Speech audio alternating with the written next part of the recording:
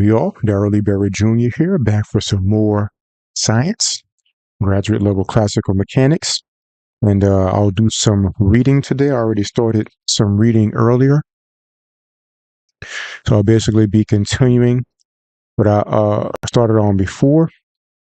And basically, right now, we're working on the central force problem, as you can see, basically orbits between two large bodies. And the only force is the interaction between them. So these might be the sun, the planets orbiting the sun, or two stars, like a binary star system. That seems like the most likely culprit, which is, of course, very interesting to me. You know, I'm into stars. So what I'll do is just continue from where I was. I left off here earlier.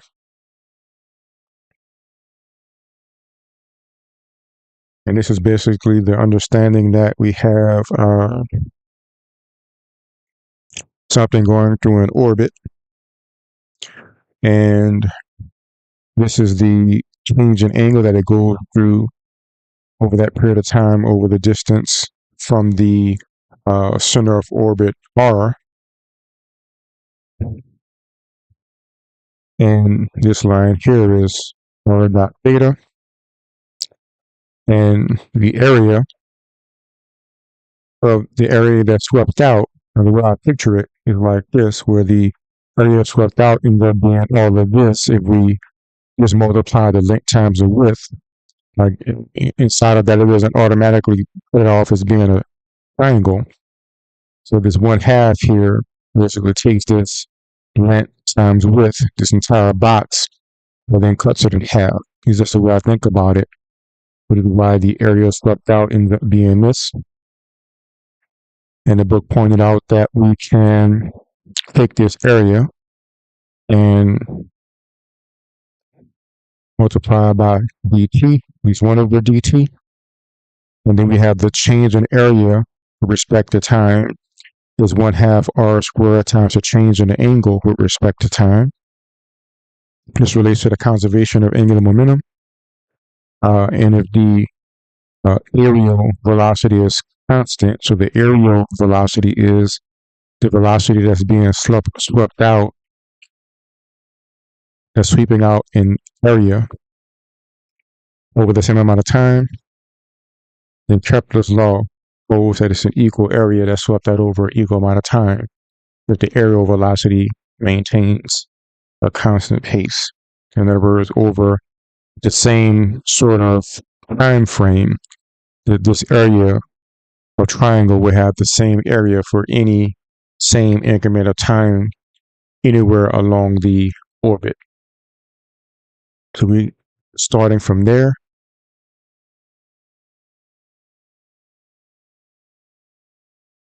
The conservation of angular momentum is thus equivalent to saying the aerial velocity is constant. Here we have the proof of the well-known Kepler's second law of planetary motion. The radius vector sweeps out equal areas in equal times.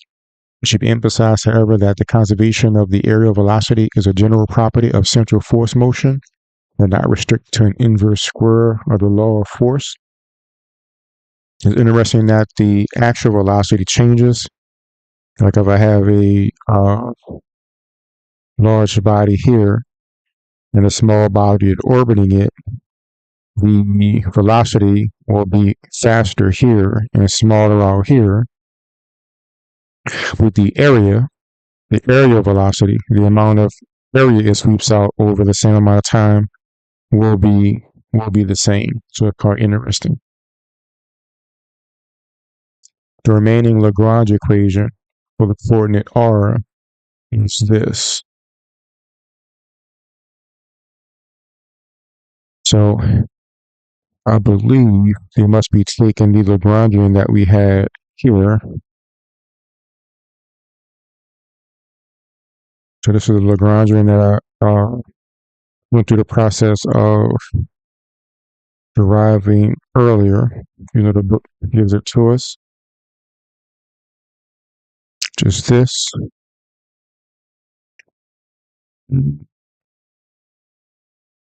there. Have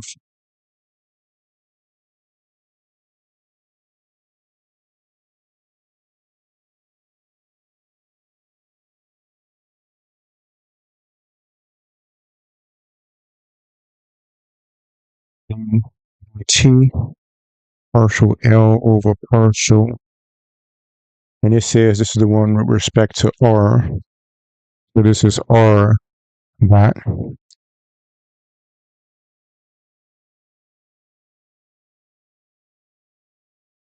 minus partial L over partial R equals 0. So we start with partial L over partial R dot. So that equals mu R dot.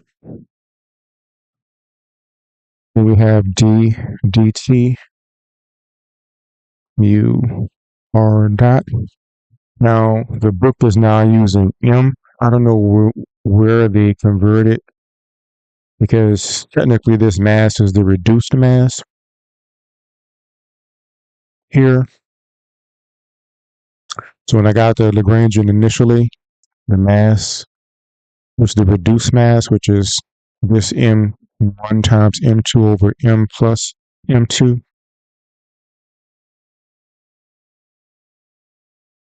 Or here it is here where they changed it, the reduced mass M, if you can see my mouse. So now instead of calling the reduced mass mu, they call it the reduced mass M, but I'll just continue to call the reduced mass mu to help alleviate confusion on my part of anything. As I said, they got the first part. We have partial L over partial R.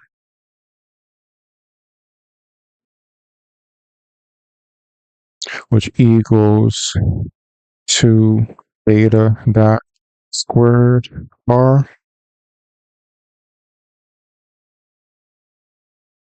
And then there's mu 1/2. So basically, if we distribute that in, then do the derivative. So that becomes what they have there, mu R beta dot squared and equals 0.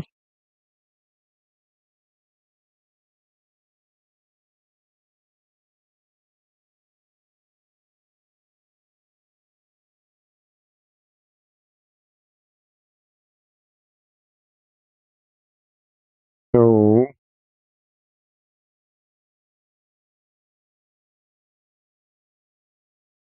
it seems like since v is a function of R, we have to also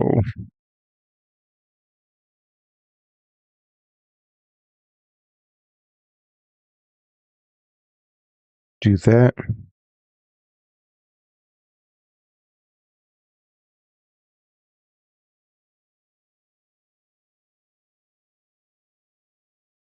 Have this, since v is a function of R, I still have to sharpen up my derivatives. So I'll put this together. We have d dt partial L over partial R dot minus partial L over partial R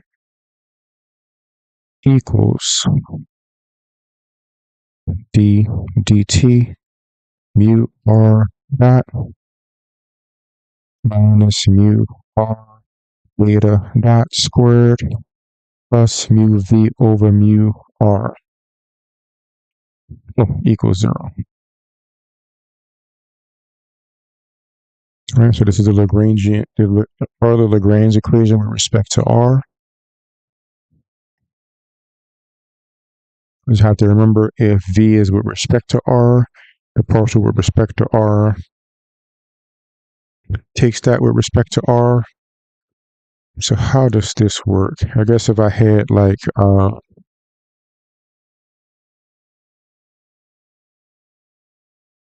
f x equals x squared and df over dx was equal to x. So V R equals, we don't know, but partial V over partial R does equal whatever the derivative of that will end up being.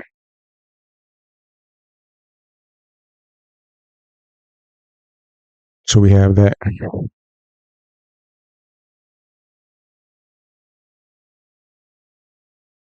Designating the value of the force along R, negative partial V over partial R by F of R, the equation can be rewritten.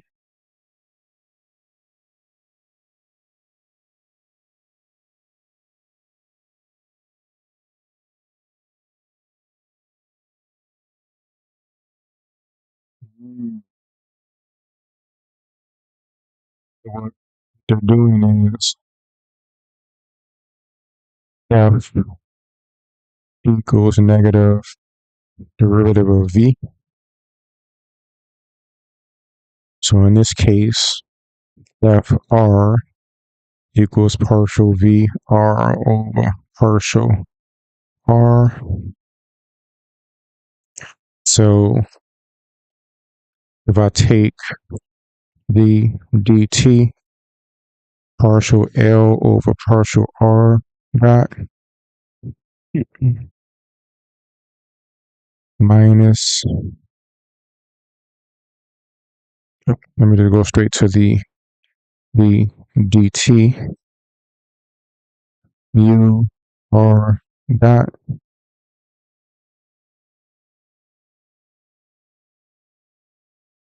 minus mu theta dot squared equals negative partial V over partial R.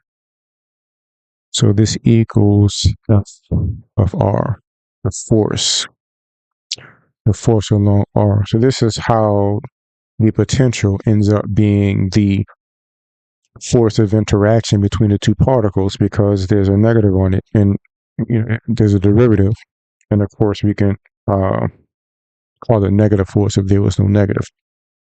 And making use of the first integral, equation 3.8,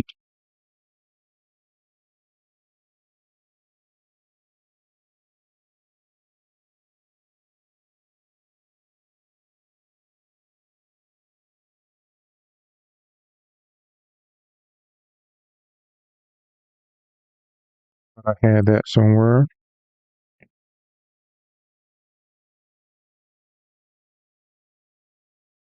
right here.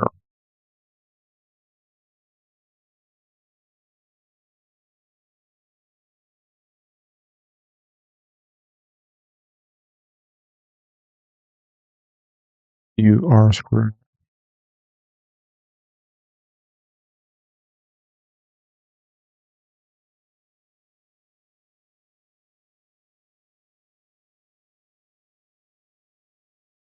U R squared theta dot equals L. This is 3.8.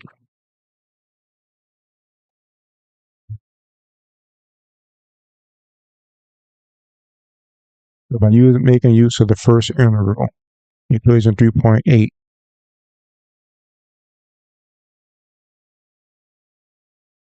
theta can be eliminated from the equation of motion, yielding a second order differential equation involving only R. So we're saying theta dot equals L over mu R squared. So theta dot squared equals L squared divided by mu R squared squared.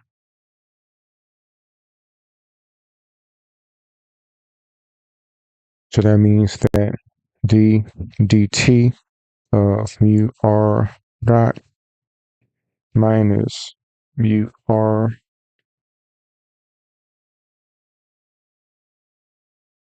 L squared divided by mu r to the fourth equals d dt mu r dot minus, add the extra mu,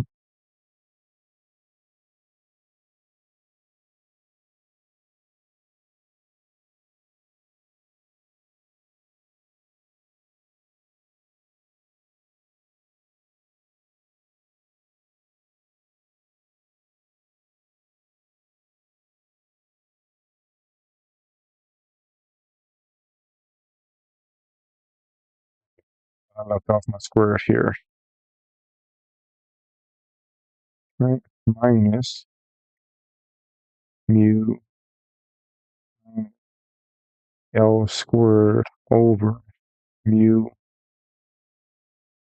r to the third.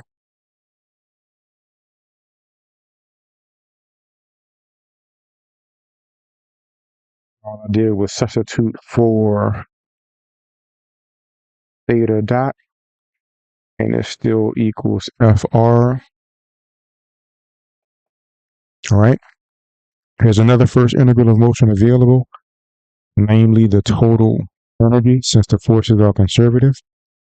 On the basis of the general energy conservation theorem, we can immediately state that a constant of the motion is E equals T plus V equals, and we derive the spherical form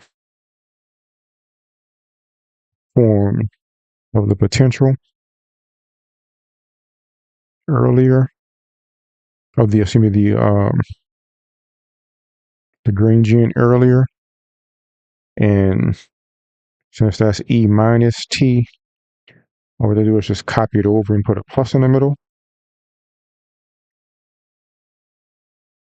So this is 3.13. We'll have mu r squared plus r. Yeah. Where E is the energy of the system. Alternatively, the first integral could be derived again directly from the equations of motion. 3.7. So they said that this is one of the equations of motion. I'm not sure how really.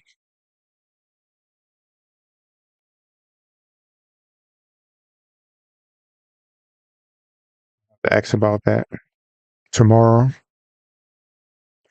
Uh,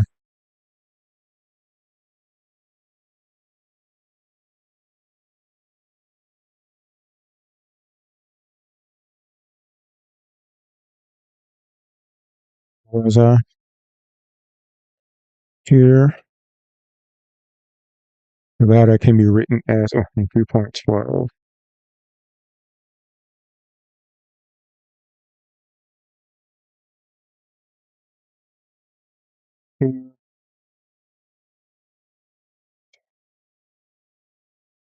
Here.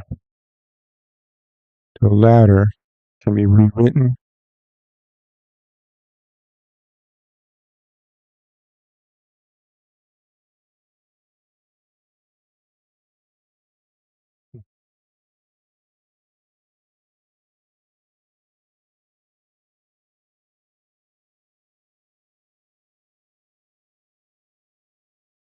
so look and see what they're doing here.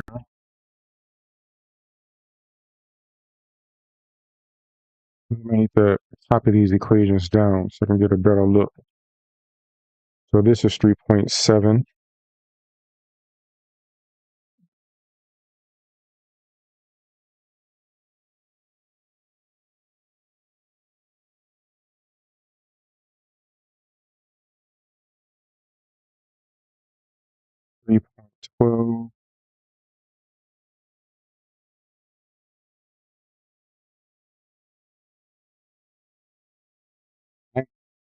We have that.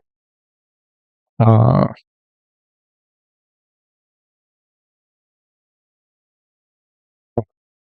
we actually took the derivative here. So this is r double dot. That's what I was missing.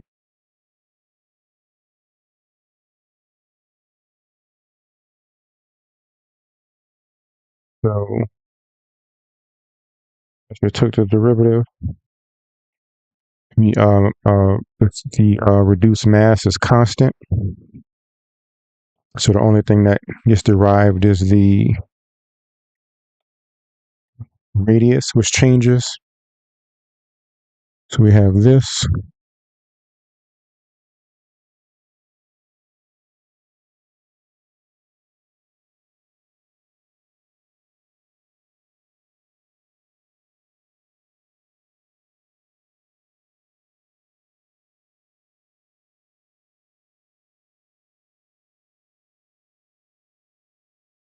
So you can see how that's the equation of motion because we got it from the Lagrangian.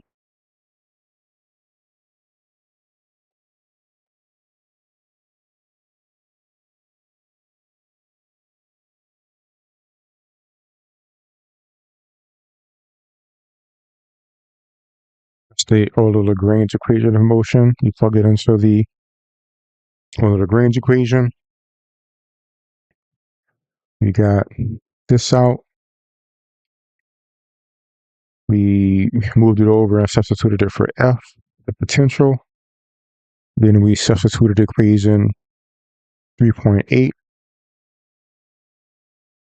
We actually took the derivative of the first part. And then we have a proper equation of motion with acceleration. Does that make sense? And now we have this proper equation of motion. R side is by itself, so I'll bring that over. F R plus L squared over mu R third,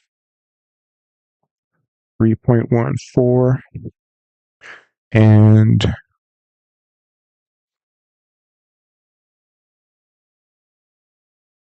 so what they're doing is they're recognizing that F equals negative V. So FR equals negative dV over dr. And if I was to take the integral of L squared times mu R, actually I'll do L squared over mu and R to the negative 3.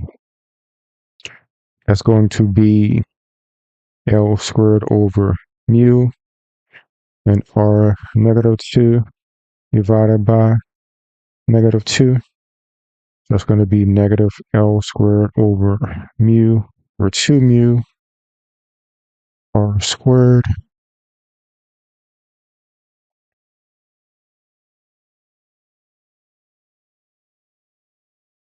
So what we're going to do is put these together. And now we have negative partial V over partial R minus L squared over 2 mu R squared. So that equals negative partial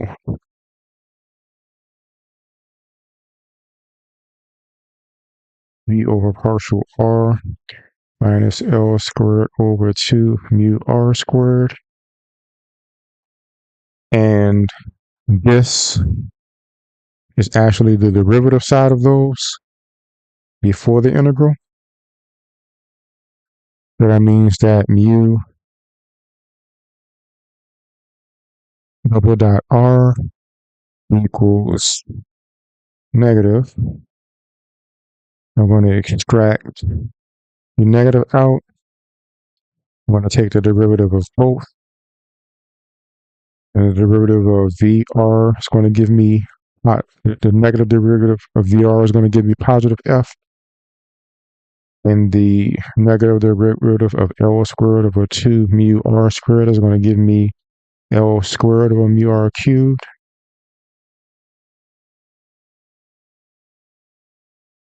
Let's test that one more time.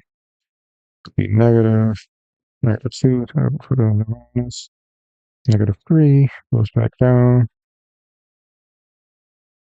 2 in the front will cancel the 2.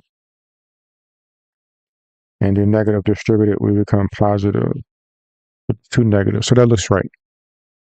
And this is what they have here for 3.14. And that's how they got that. So they basically reverse derivative or took the integral. That's why they say the first integral. First integral of motion. So I have to remember the trick of recognizing what we have as the derivative of something, and then calling it the derivative of what it's a derivative of. If both sides are multiplied by that r, the left side becomes mu r dot equals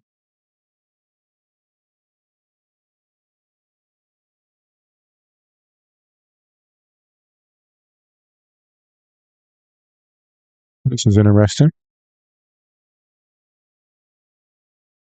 Negative partial or partial r, the r plus L squared over 2 mu r squared r dot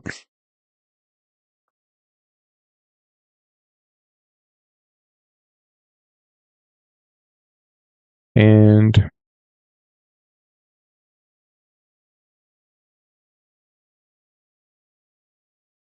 they're doing here.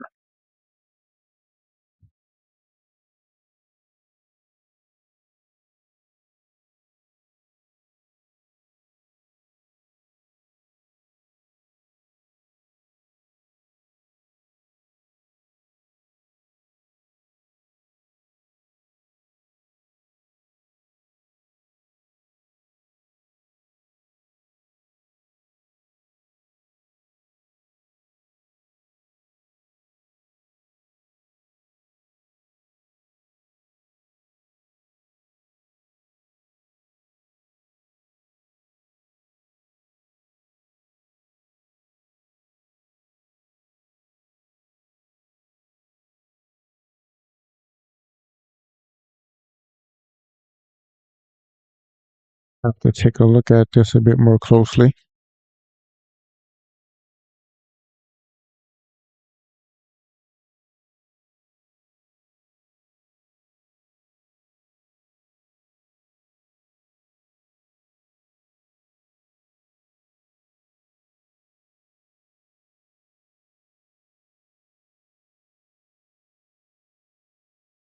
So going to equal negative partial r b minus partial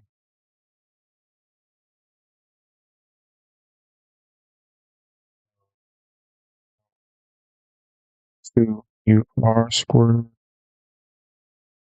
dot.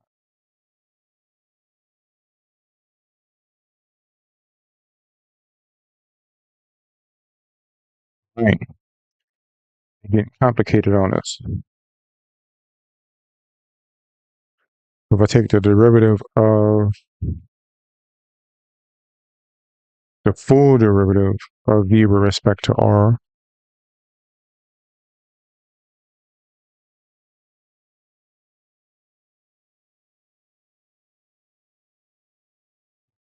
dt vr equals dv dr dr dt.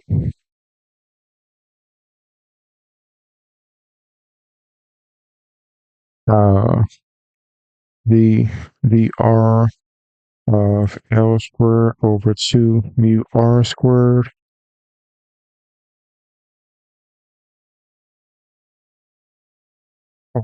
negative squared. That equals negative, the 2 comes down, L squared over mu R to the third.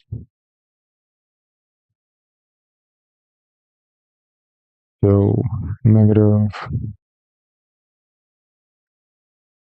so there's a negative in front. So plus L squared over mu R to the third R dot.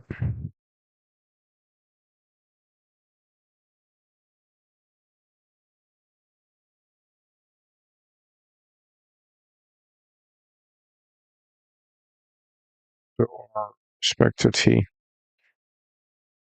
So it's going to be, if this is G,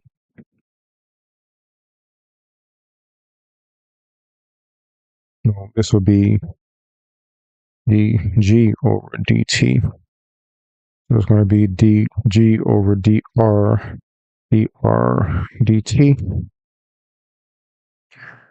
And this is dr dt. And this is dg dr.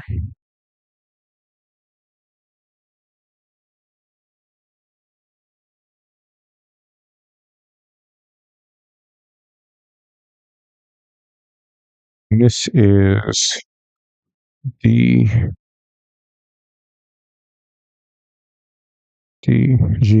dr. So that means d dt of L squared over 2 mu r to the negative 2 equals d g dr. If this is g, dr dt.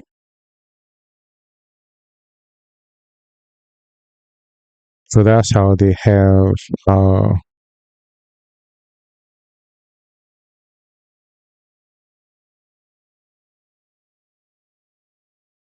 equals d dt of vr plus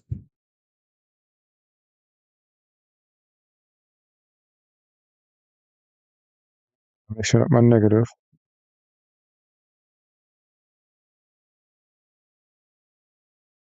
Okay, so the negative here is still being extracted to the front.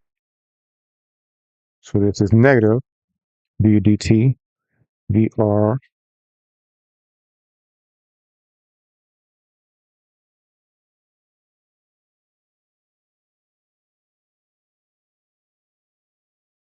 so I'll call this G1, call this G2, G1 plus L squared over 2 mu R squared.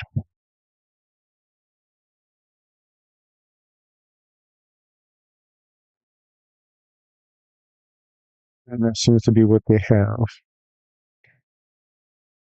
Mu R double dot R dot.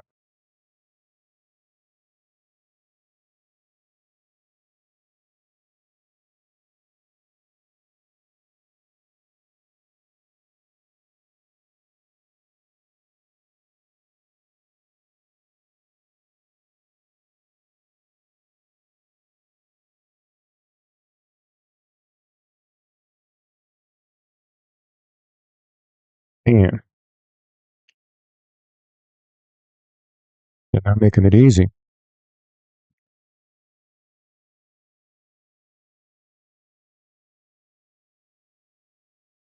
So basically they're taking the integral of this with respect to R, mu R dot dot R dot. So U equals R dot dot. U equals R dot. du equals r dot dot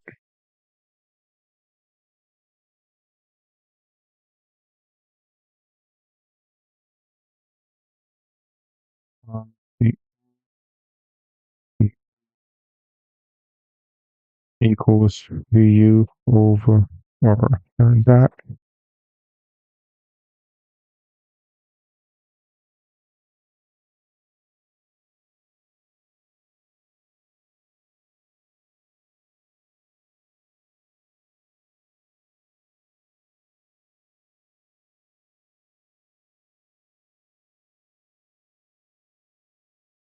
So that means that the integral becomes mu r dot dot r dot over r dot dot du, which equals the integral mu r dot du.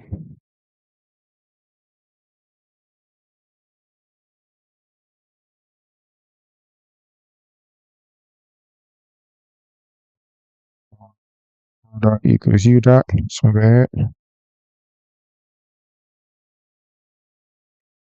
So I replace u r dot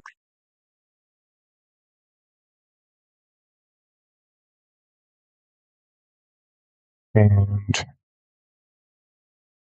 r dot comes with du. So these cancels. This is a mu, not a u in the front.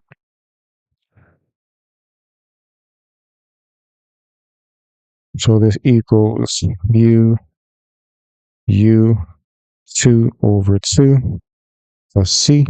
It can be absorbed into the potential. And thanks for watching. Make sure you drop a line. Let me know if you have any questions or comments. So now we have, I'm going to absorb this into the potential. Absorb into V. So we have that equals 1/2 mu r dot. What is it? What they have there? So that means that dr of 1/2 mu r dot equals what we have up there, which is mu r dot dot r dot. So I can replace that. Excuse me, d of dt. Is it dt? Yeah. So hold up.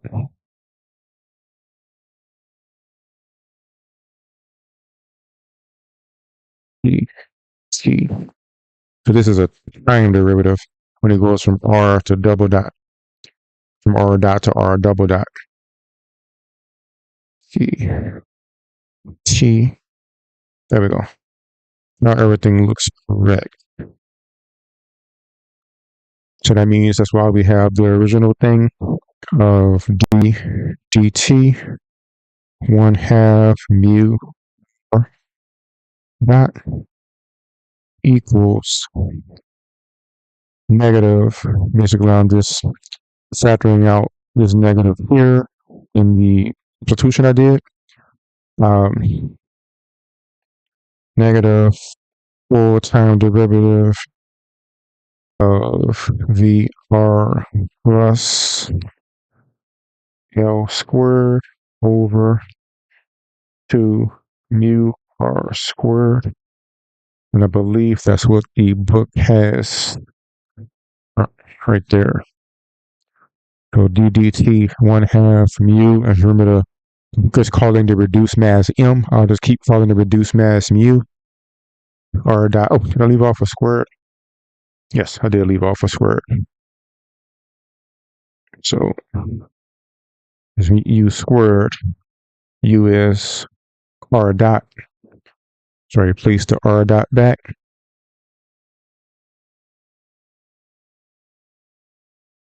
So r, this there is not a squared. Squared.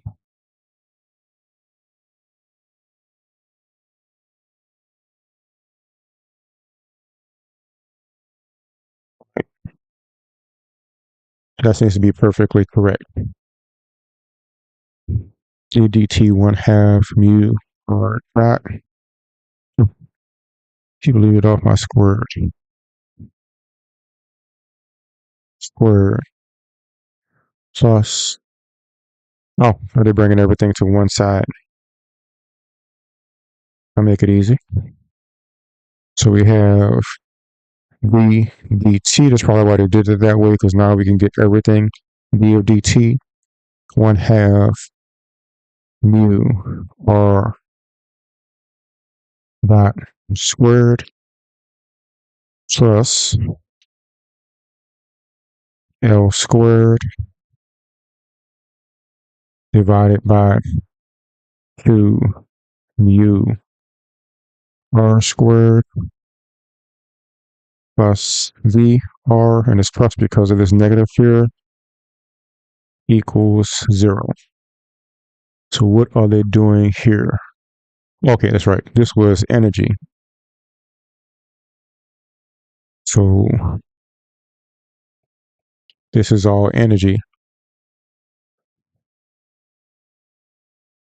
Or is it? Hold up. Did we change something? So 313, if you see line 313 there, that's energy. First integral can be run again. So that's not really the same thing. They're just deriving it a different way. At least deriving. First, notice is potential. Okay, I'm just going to have to just see where they're going. Therefore, oh. So whenever you have a derivative of something, it would equal 0. Whatever this is constant, since the derivative is 0. So I'm still trying to see where they're going, but I'm cognizant of the steps they're taking. R dot squared plus 1/2 L squared over mu R squared plus V equals constant. This is 3.15. So it says equation 3.15 is a statement of the conservation of total energy. So by using 3.8 for L, the middle term can be written. Okay. We're going back to 3.8, which is here.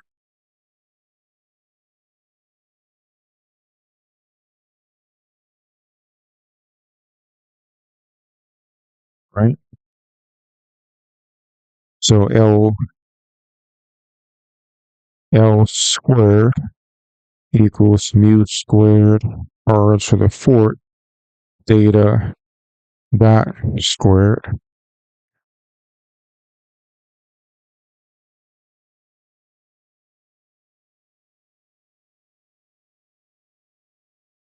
So now we have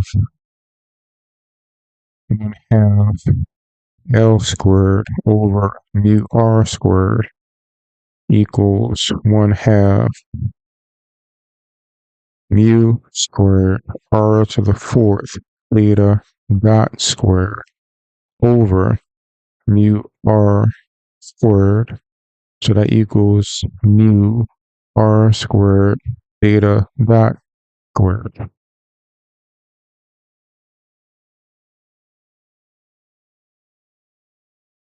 Well, it's 2. Oh, I left off my 2 from the front. I separated my 2, trying to make it look like the book, but then I forgot it. All right. So why are they doing this? So this is the statement of conservation of total energy. So this is the total energy. This term seems familiar. You have 1/2 mv squared kinetic energy. I mean, this should be the potential energy here. So I'm not sure what this term is. I believe, I remember right, L is the angular momentum. See where I originally got that from, the constant magnitude of the angular momentum. So it seems like the total energy of this system is the kinetic energy of the orbiting particle, the potential energy of the orbiting particle, and the magnitude of the angular momentum, or something related to that. So you have the kinetic energy, a term related to the angular momentum, the distance and the mass, and the potential for the total energy. So I guess you have to keep in mind that in a orbital system, two massive bodies orbiting each other, the term related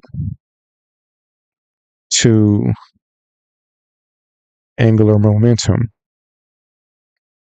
appears in the total energy. So I'll call this conservation of the total. We'll have, so seems like the kinetic energy, the potential energy, and the term related to the angular momentum. And thanks, and the other person who joined as well. Any questions or comments, let me know. You could drop a line. So let's go ahead and continue seeing what the book says. And 315 reduces to 313.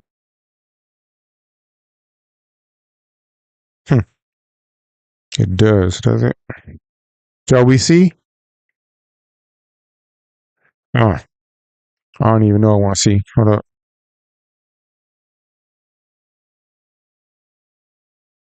I'm going to have to resubstitute for L. So kind of like, maybe I should see. 315 reduces to 313.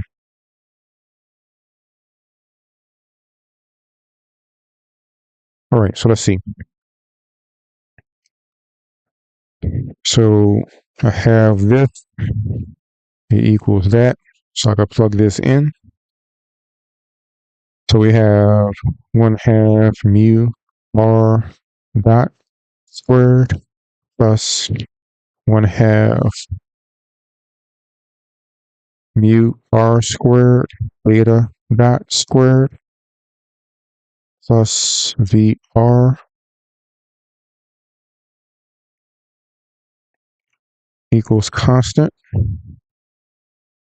Oh, said it. But I don't know why I thought it was something different. Yeah, that's pretty much it.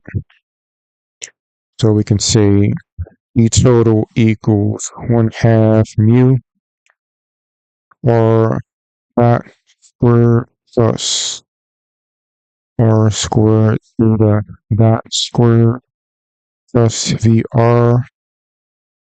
All right, well, it wasn't as bad as I thought it'd be. Because we already did the substitution step. Thanks to additional ones who've joined. Welcome. If you have any questions or comments, let me know. I am checking the chat. So now we have the total energy. So interesting. So that means that this term that's related to angular momentum is reducible to, because this is the velocity term, the kinetic energy term dealing with velocity. This is the potential term. This is the term in spherical coordinates. So basically, r squared in Cartesian equals r dot squared plus r squared theta dot squared in spherical if phi equals pi over 2. So I did this earlier. So the idea is that the coordinate system is chosen so that this is the x, this is the y, this is the z, and two bodies when they orbit each other, like if you have two stars orbiting each other, and no other external force, they stay in the same plane of orbit because there's no force making them turn otherwise. So if we choose a coordinate system such that the orbit of the two bodies are in the plane, then the zenith angle stays pi over 2. So we could eliminate that term in several places because sine of pi over 2 is 0.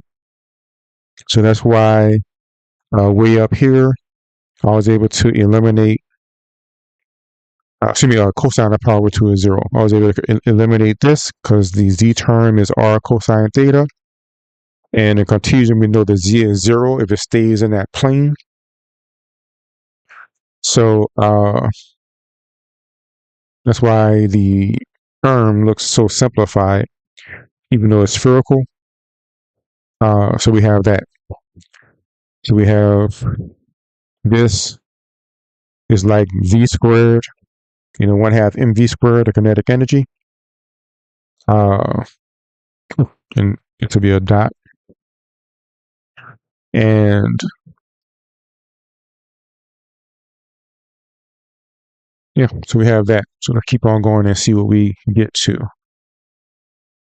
I want to get to the virial theorem. So coming up in the book, maybe I should scroll and see how far I have to go. We covered this. I've been behind. Thankfully, she gave everybody an extension on the homework, and I was the only one that was behind. So everything was pushed back. But we're going to start the virial theorem in class tomorrow.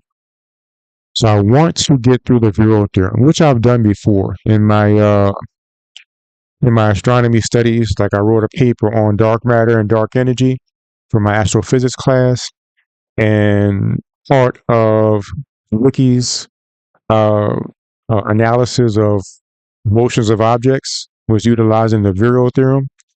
So for my paper, I didn't put the whole derivation in there, but I understood the derivation and put a little bit. And I also talked about the derivation in the talks I did on it. I am familiar with the virial theorem, but it's been a while. Well, it's been a year since I gave those talks and stuff. Maybe not a full year, almost a year. It's been a while. So I'll see if I can get there. I'll try to get that far. I don't know if I'll be able to get that far tonight. I am going to take a break and get something to eat. Then I'll probably be back. So let's see where I was. How many pages did I scroll? That was a lot of pages. I don't know if I'll be able to get there. All right. So we're here, and it says 315 reduces back to equation 313, which it does if I plug the substitution in to the equation. These first two integrals give us, in effect, two of the quadratures necessary to complete the problem, which is a two-body problem of two bodies revolving. As there are two variables, r and theta, a total of 4 integrations are needed to solve the equations of motion. The first two integrations have left the Lagrange equation as two first-order equations, 3.8 and 3.15. And I'll copy 3.8 again somewhere here.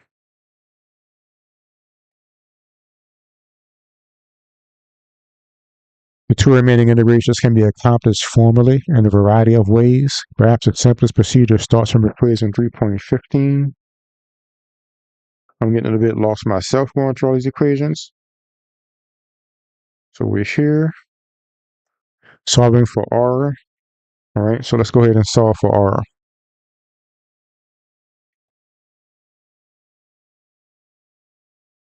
It does say 315, right? Yeah, the one with the angular momentum in it.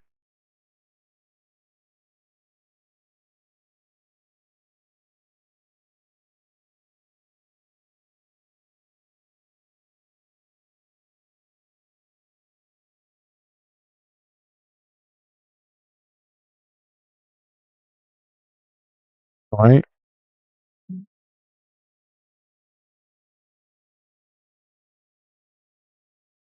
So it looks like it is called this E, if I'm understanding that correctly.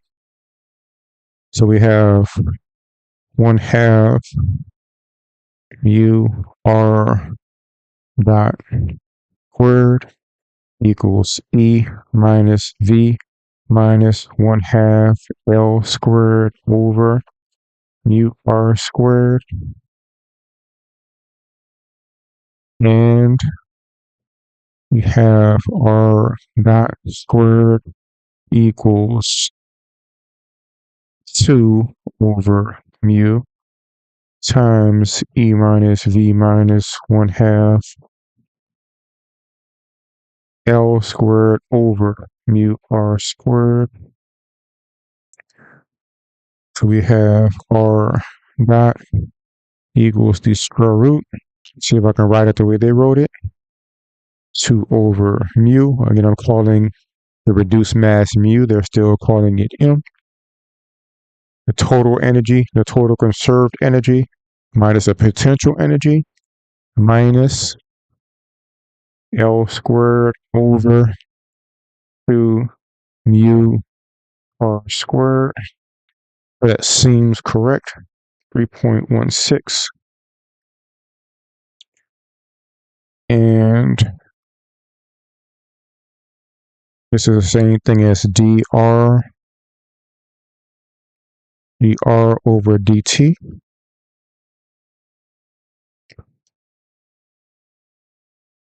So what I can do is I can say that dt equals dr times the inverse of this, 2 over mu e minus v minus L squared over 2 mu r squared negative 1/2, which is what they have there. Just they just put the square root in the denominator. At time t equals 0. So I remember my professor doing this in class. Okay.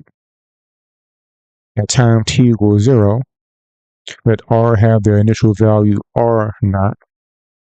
So r at t naught equals r naught. And the integral of both sides of the equation from the initial state to the state at times t takes the form of t equals integral from r naught to r of dr over square root of 2 over mu times e minus v minus L squared over 2 mu r squared. And this is 3.18. As it stands, equation 3.18 gives t as a function of r and the constants of integration E, L, and R naught. Okay?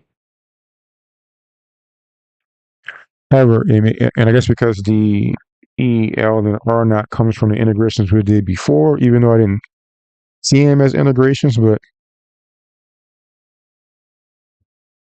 like for instance, this one here, 3.8. What did I get 3.8 at?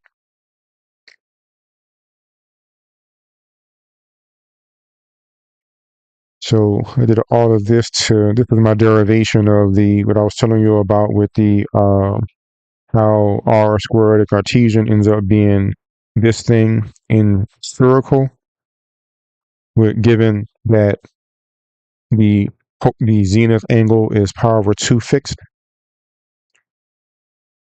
Let me see here. As you can see, there's a whole lot of equations. Where did I first get 3.8? I thought I highlighted it. I put 3.8 there, but I didn't actually highlight it. I thought I highlighted it here. Okay, so I did do an integral. I put it into the form of a derivative. So then I can take the integral. And I call that L. As you can see, the math behind physics is tricky. So I've heard somebody say math is the language of physics. And this is again graduate level physics. So basically we're trying to at least we're working towards being able to calculate I imagine the motions of objects. So if I have 2 stars, that's why this section interests me, because I'm into stars and a lot of stars are binary systems, two stars orbiting each other. So these equations would directly uh, uh, uh, relate to the orbits of these stars and their periods and things, provided we understand that m1, m2 over m1 plus m2 is what mu is. So, and there's ways to get the masses of stars, which I'll probably talk about in another video. All right, as it stands, equation 3.8 gives us the function. Okay, however, it may be inverted, at least formally, to give r as a function of t and the constants, which, as we saw here, all we have to do is just multiply t to the other side, and then call, r and give it t and t naught. So they're talking about just basically using this stuff here, and instead of inverting it and multiplying r over, just multiplying t over from right there.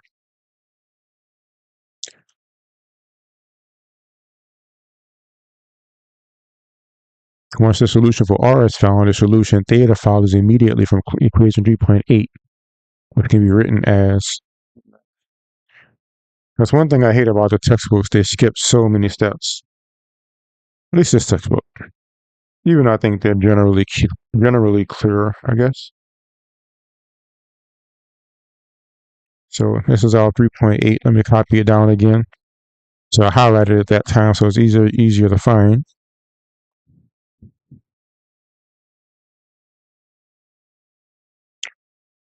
So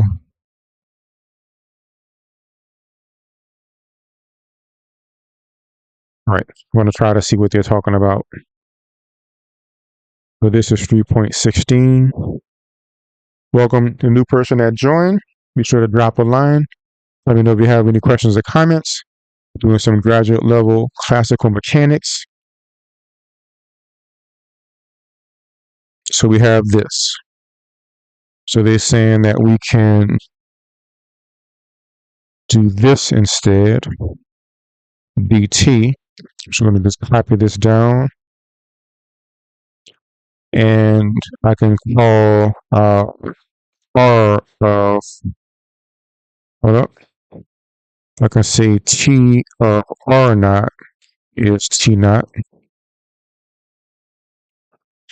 So I can say r equals integral dt t naught t of this. I'll just copy this down again. And once the solution for r is found, man, I think I'm going to try to derive this thing. So I know r is changing. R is changing with respect to. Oh, there's still an r here. Crap. I can't do this. I have to undo everything and get r on the other side. I missed that r. Oh my. So in other words, I can't take a derivative with respect to r on this side easily, at least, because there's an r over here. So I actually have to backtrack farther than I thought. So I would have to backtrack to here. Is it here? No, to here. I think to this part here.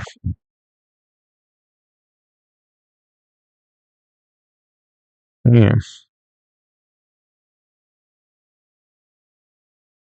All right. I'll try it. See if it doesn't take too long.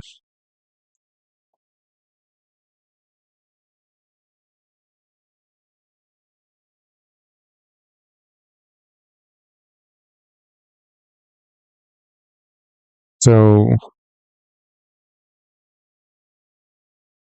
I'll just copy this down. This is going to equal e minus v. And I think I shall multiply everything by r squared.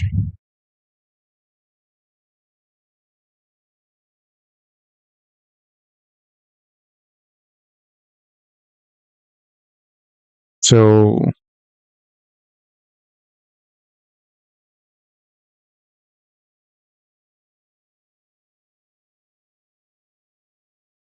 I might do a little something. I would have mu r dot squared r squared plus 1/2 L squared over mu equals E minus V R squared. And I can bring this to the other side by subtracting it. So I have this, and then I can bring this ER to the other side. I'll subtract by subtracting it from both sides. Boom. So all I did was subtract this from both sides and got it over there. Then I subtracted this from both sides and got it on that side. And now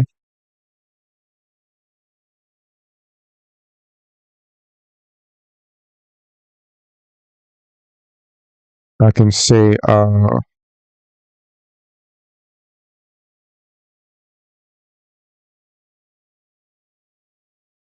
maybe that won't do it. Let's see. So I can take this and put everything inside the brackets like this.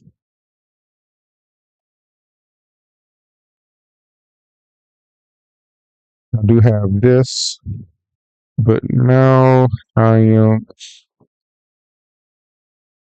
so basically this same r squared is just multiplied by the left. So basically I uh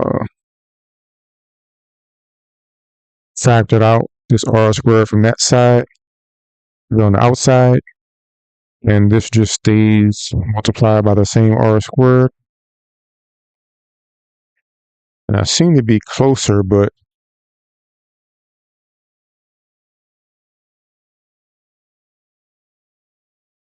that's one more thing I can do.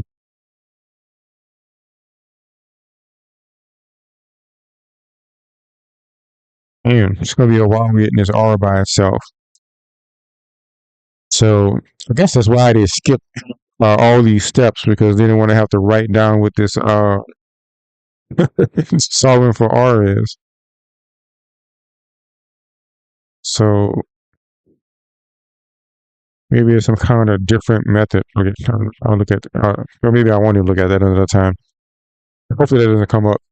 The thing about class is the professor, if she did mention that, maybe she didn't mention that at all. I can look at my notes another time. But we can say that if we did dr instead of dt, we will end up getting d theta equals L dt on the right side. Oh my gosh, they did keep the r on the other side. How did they do that? So maybe it's because on the left side they converted it to d theta. So it looks like that's what they did. They changed it to d theta on the left side. I don't know. We'll just keep going. Maybe I'll ask about that. So how to get dr unknown to get that. So I'll ask about that. So this is equation 3.19. If the initial value of theta is theta naught, then the integral of 3.19 is simply theta equals L integral 0 to t dt over mr of t squared. So that's what they're saying right there. Okay. So they put in the constant of integration first, I guess. So I guess this left side ends up being uh, beta plus beta naught. And then we just move it to the other side and we could absorb the negative into the constant, how we define the constant. And we have that in equation 3.20.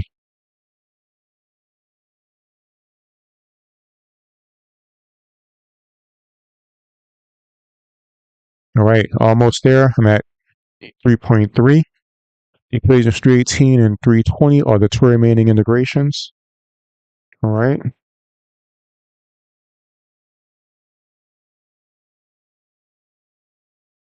And formally, the problem has been reduced to quadratures with four constants of integration, EL, R naught, and theta naught. So that means that, this side would have an R naught. These constants are not the only ones that can be considered. We might equally as well have taken R naught, theta naught, R dot naught, and theta dot naught. But of course, the total conserved energy and L related to the angular momentum can always be determined in terms of this set.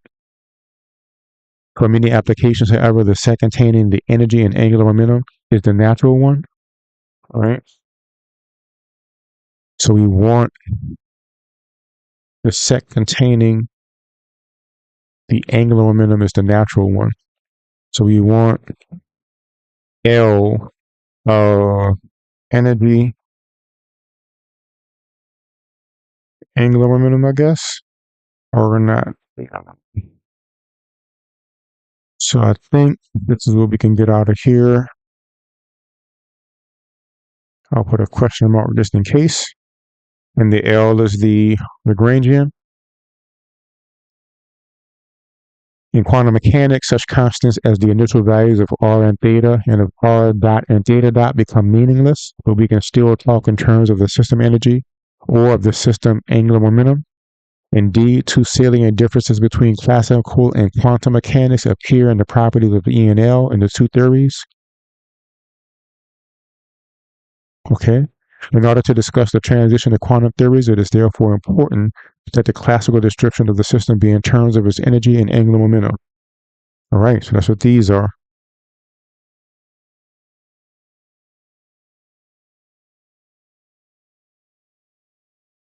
So by doing it in terms of energy and angular momentum, we kill two birds with one stone. So I'll go ahead and take a break here. Thanks everybody who popped in and watched. You can drop a line in the comments after the video if any questions come up.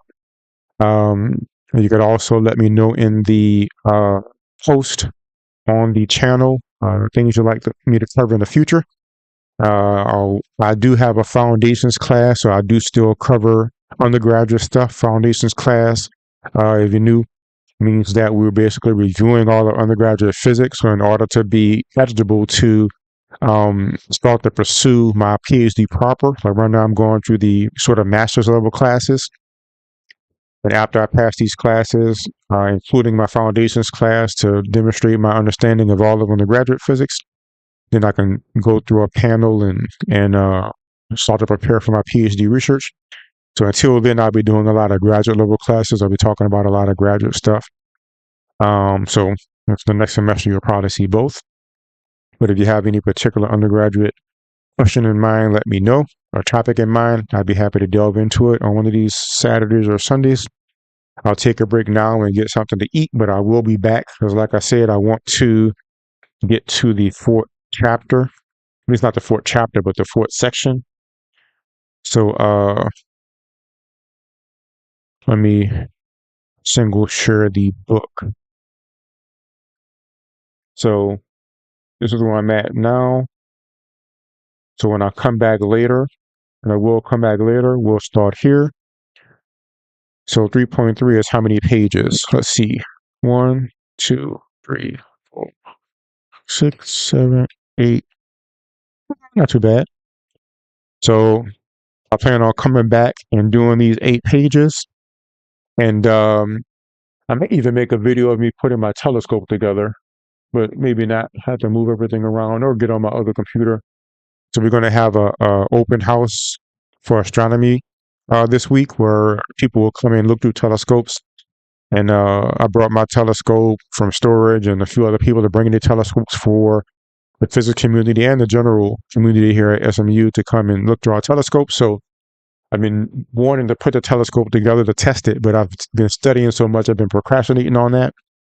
So I think I'm going to have to do it tonight in case I need to buy another piece. I was going to hook a computer to it so I can hook a camera to it and take pictures. But we'll see about that. But at the least I'll be able to make sure it works and put the regular lenses on it.